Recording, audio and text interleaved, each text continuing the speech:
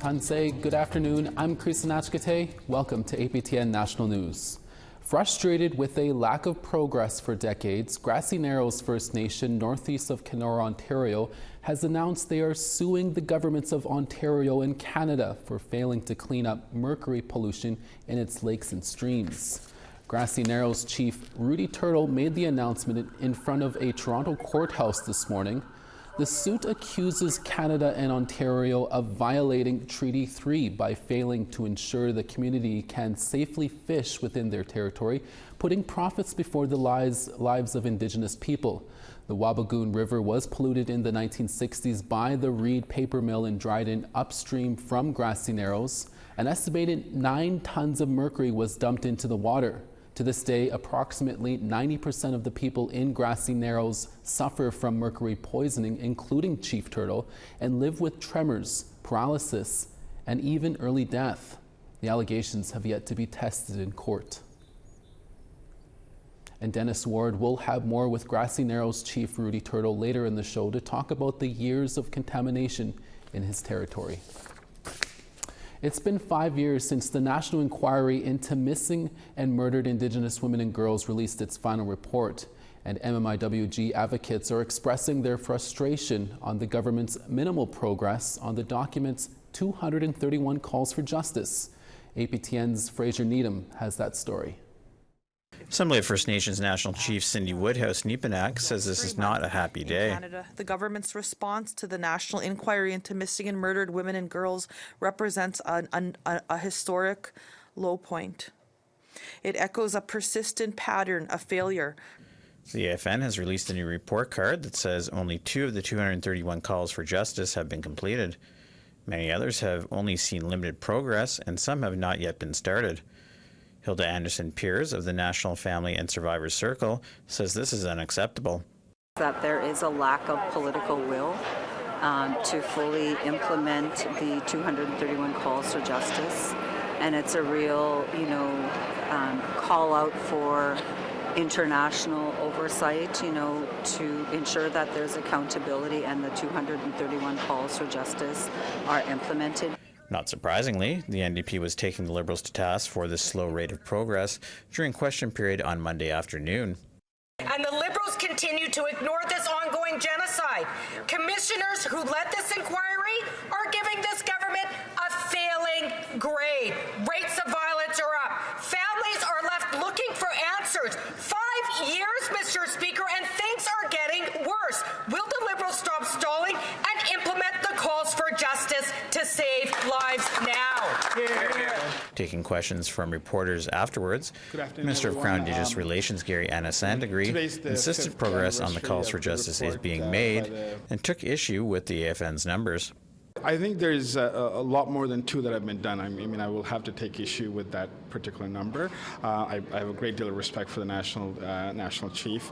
The work around the 231 calls to justice requires both the federal government, the provinces and territories, as well as civil society who have been working on this for many years. So of the 215 that directly deal with either sole jurisdiction of the federal government or shared jurisdiction, we have advanced roughly 160 of those calls to action. Both Woodhouse-Nepenak and Anderson-Piers say one call for justice that is long overdue is 1.7, which calls for the appointment of an ombudsperson to oversee government progress on the calls for justice. In January 2023, the Liberals appointed Jennifer Moore-Rattray to provide recommendations on who should fill this role. But on Monday, 1.5 years later, Anna-Sandagri was still unable to say when the ombudsperson position would be actually filled. Thank you. Fraser Needham, APTN National News, Ottawa. An inquest into the death of a First Nation youth shot and killed by Winnipeg police officer will look into what role systemic racism may have played. Aisha Hudson was 16 when she died after an alleged liquor store robbery and high-speed police chase. Manitoba's police watchdog previously found the officer involved was not criminally liable. A Manitoba judge has released a decision on the scope of the inquest. The judge wrote the inquest should examine whether systemic racism and discrimination, if any, played a part in her death. Her experience in the child welfare system and previous interactions with police should also be examined. No date has been set for the inquest, but it is not expected to take place until 2025. Inquests do not attach blame. They are supposed to prevent similar deaths. Hudson was one of 3 Indigenous people shot and killed by Winnipeg police in the span of 10 days in the spring of 2020. A statement from the Hudson family's lawyers says they're pleased with the decision on the scope of the inquest. William Hudson, Aisha's father, says, quote, "We can no longer ignore the issue of race and how it impacts the treatment of Indigenous people by police."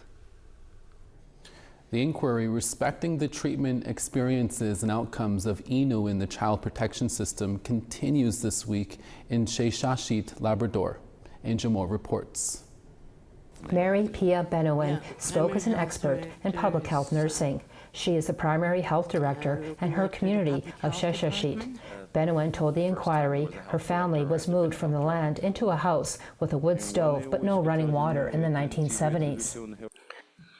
And those houses, eventually, in the end, we had to sleep in the kitchen where there was a stove, because the rooms were all frosted with, on the walls, there was ice frosting on the walls, possibly because of condensation from us breathing in the room. The inquiry began reviewing a 1971 report detailing provincial health authorities' visit to Innu communities, assessing health and living conditions and the need for more funding. Benowin told the inquiry her family were healthy and happy when they lived off the land, but became alcoholic and neglectful when they moved into a house in Sheshashit. But soon as we came into the community, we know we were not going to see our parents because of drinking and partying, and that I know then that we won't have food in the house to feed our younger siblings. Benowin told the inquiry there was one good thing about living in the house and not the tent. When the child welfare workers came, my father was able to lock the door on them and wouldn't open the door. So I think that was good in a way that he was able to keep us safe from being taken away. The inquiry continues tomorrow, and the final report is due at the end of September. The special interlocutor on missing children, unmarked graves, and burial sites associated with residential schools has been extended. Kimberly Murray was appointed to the role in June of 2022. Murray's work was slated to wrap up this month with a final report to be released, but now the federal government has extended the work for another 6 months. The 2-year mandate initially came with a budget of $10.4 million. Survivors gatherings have been held all across Canada over the past 2 years. Murray released an interim report in June of 2023. It detailed what Murray says is the failure of the Canadian government to fully fund all searches across Canada and called out the government and churches for destroying crucial records. Murray has also called for the government to step up to counter residential school denialism. A final report will be released before the end of her mandate, and a final national gathering will be held this fall. We have to take a 3-minute break, but when we return, how one charity organization is bringing much-needed health care to a remote First Nation in BC. Stick around.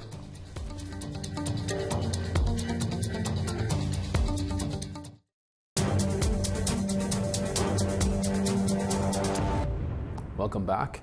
In this next story, CTV's Andrew Johnson will take you on a first-hand look at the challenges and solutions to delivering health care to some of the remotest parts of the country and the charity's high-fly mission to give back. Watch this. After an hours-long delay, it's finally safe to fly. And a team from Helicopters Without Borders takes off from Vancouver for a remote First Nation. Packed inside the chopper, a mobile dental clinic and a generator. Once on the ground on the Douglas First Nation, it takes less than 90 minutes during a power outage for the clinic to see its first patient. We fly in, unbox everything, and build the clinic in any space possible. All we need is a plug-in and a sink. Approximately 120 people live here in Tupela, about a 5-hour return trip by logging road from the nearest city. A trip to the dentist or doctor is an all-day affair. If you own a car, many here do not. We've got the community members that never accessed the service before because of lack of transportation. At night, your mouth dries up, and all the sugar bugs have they got a party in there. Others, like 11-year-old Zoe, developed a fear of the dentist early on. As they explained it, you could see her relaxing a bit. Okay. And it was nice to witness. It's a way of lowering the barriers to service, creating proper equity within the healthcare system. Helicopters Without Borders was co-founded by the young pilot whose dream was to marry aviation with nonprofit work. We followed our dream of working with remote Indigenous communities in Canada, specifically the ones with hard-to-get-to transportation, and look for ways that we can partner with them. McClung Sydenham believes the most cost-effective way to provide care to remote areas is to fly in teams of clinical workers who can tackle everything from mental health to harm reduction. But resources are always tight. We're trying to get to that point where we don't have to say no. We've got a long game on this that we got to play, which is cleanings. They'll be back here in a few months playing the long game in remote communities like this across the province. Andrew Johnson, CTV News, Tupelo, BC. It's the most prestigious Indigenous art market in the world. The 102nd Santa Fe Indian Market in New Mexico will host hundreds of Indigenous artists from across North America, not to mention draw in an estimated 100,000 people. While Northern representation at the market has been lacking in previous years, this year that's about to change. Here's Sarah Connors with that story. These are all antique beads here that I've sourced. It's clear to see why artist and fashion designer Randy Nelson's craftsmanship is top-notch. Nelson, who is Agecoutay and based in Whitehorse, is passionate about incorporating natural materials into her work. That's why she, along with a cohort of 10 other artists from the Yukon and the Northwest Territories, were recently selected to attend the Santa Fe Indian Market in Santa Fe, New Mexico. The market draws in around 100,000 customers and 800 artists from across North America. I understand Santa Fe to be a really big milestone in people's career. It's really prestigious, and it's definitely the top artists who are accepted to go.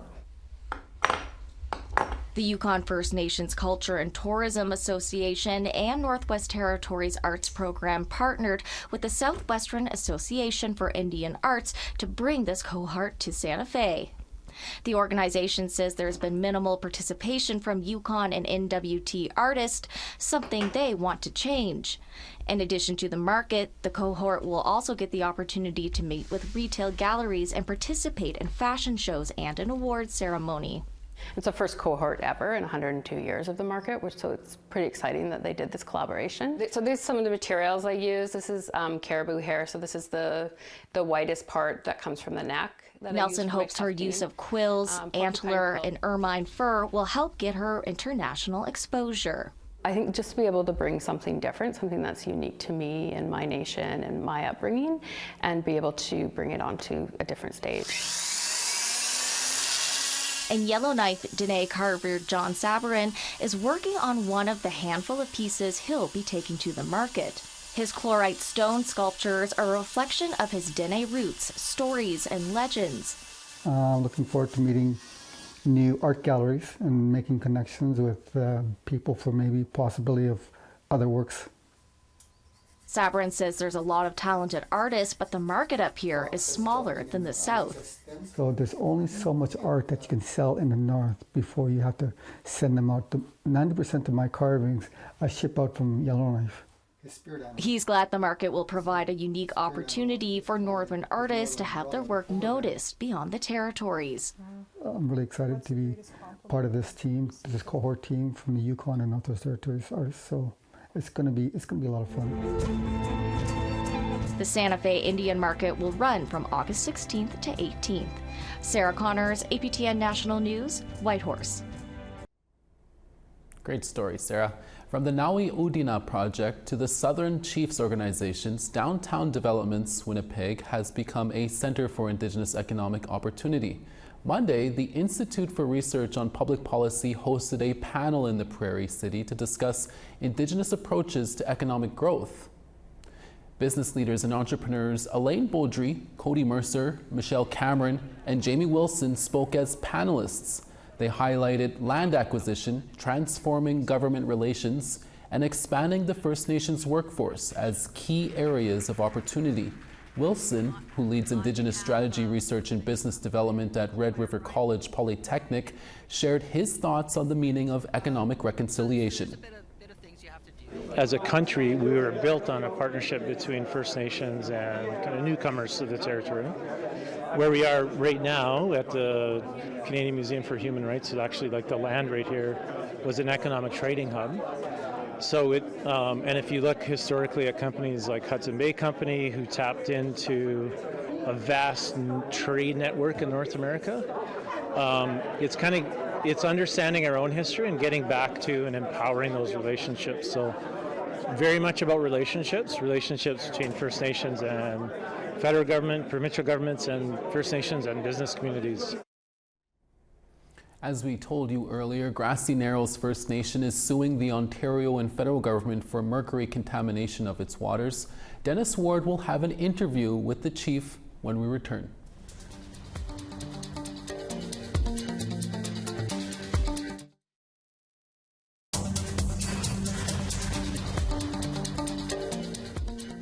Over on the East Coast, Halifax 16, Fredericton 17. Anujoak 13, the Grand River 21. Saguenay 22, Quebec City 18. Peterborough 25, Sault Ste. Marie 17 with sun. Big Trout Lake 10, Sudbury 19 with sun. Churchill 1, Norway House 11. Gimli 15, Barons River 16 with sun. Swift Current rainy and 10, Regina 13. Stony Rapids 5 and rainy, Buffalo Narrows 10 with sun. Showers in Peace River 10, Fort McMurray 11. Calgary 12, Medicine Hat 13 with sun. Campbell River 10, Vancouver 11. Dease Lake 9, Prince George 11 with sun. Mayo 14, Watson Lake 9. Yellowknife 8, Wrigley 10. Colville Lake 11, Inuvik 0. Baker Lake 2 with snow. Chesterfield 0. Igloolik -3, Resolute 0. A new study has found mercury contamination is intensifying in the English Wabigoon River system that impacts Grassy Narrows First Nation in Northern Ontario. It's the latest bad news for the nation, whose people have faced significant health effects over generations related to the Dryden pulp mill dumping mercury into the river system since the 1960s. Chief Rudy Turtle spoke with our Dennis Ward earlier on the recent study before the lawsuit was announced.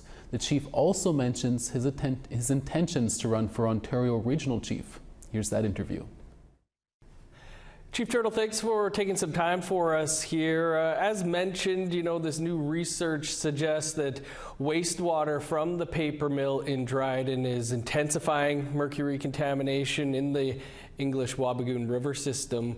What is the impact on the people of Grassy Narrows First Nation? Well, we're very disappointed with the news, and obviously it scares people because discovering that mercury is worse than we thought, it's not good news at all. And we have been dealing with this for a long time, and with this study that came out, to discover the stuff that were being dumped in there was making the mercury more toxic. It's just not good for our community. It's estimated that about 90% of the community's population displays symptoms of mercury poisoning. The federal government's saying it's committed $70 million to a mercury treatment center. I understand that construction is finally set to begin this summer? Yes, it will begin. We're targeting July. We're hoping it begins in July, and the ground ceremony, we are aiming to have it July 1st, so that's the month we're hoping everything will start. While we have you, I'd like to turn to the decades-long quest for a site to store nuclear waste. One of the remaining sites that could be chosen is in Ignace, Ontario, a little more than 3 hours east of you. You've written the Nuclear Waste Management Organization expressing your opposition to the project. Can you tell us a bit about why you are opposed? We are opposed to it because of a potential leak. And like, we understand that, you know, it's not going to happen right away. Like, it could happen once the core area, like they're putting it deep in the ground and almost like in a cement container or rock container. It's supposed to be very solid, but we heard that from another. We believe it's in Germany where that kind of container broke 30 years later. And so, you know, we just don't want that to happen to our children or our grandchildren, that there would be a leak in the future. And I realize that it's like a couple hours, Ignace is a couple hours away, but it's still, it's in our watershed, and the potential that any leak and that it could come down rivers there. Chief Turtle, finally here, you've just announced that you're running for Ontario Regional Chief. Why is that a role you'd like to seek out?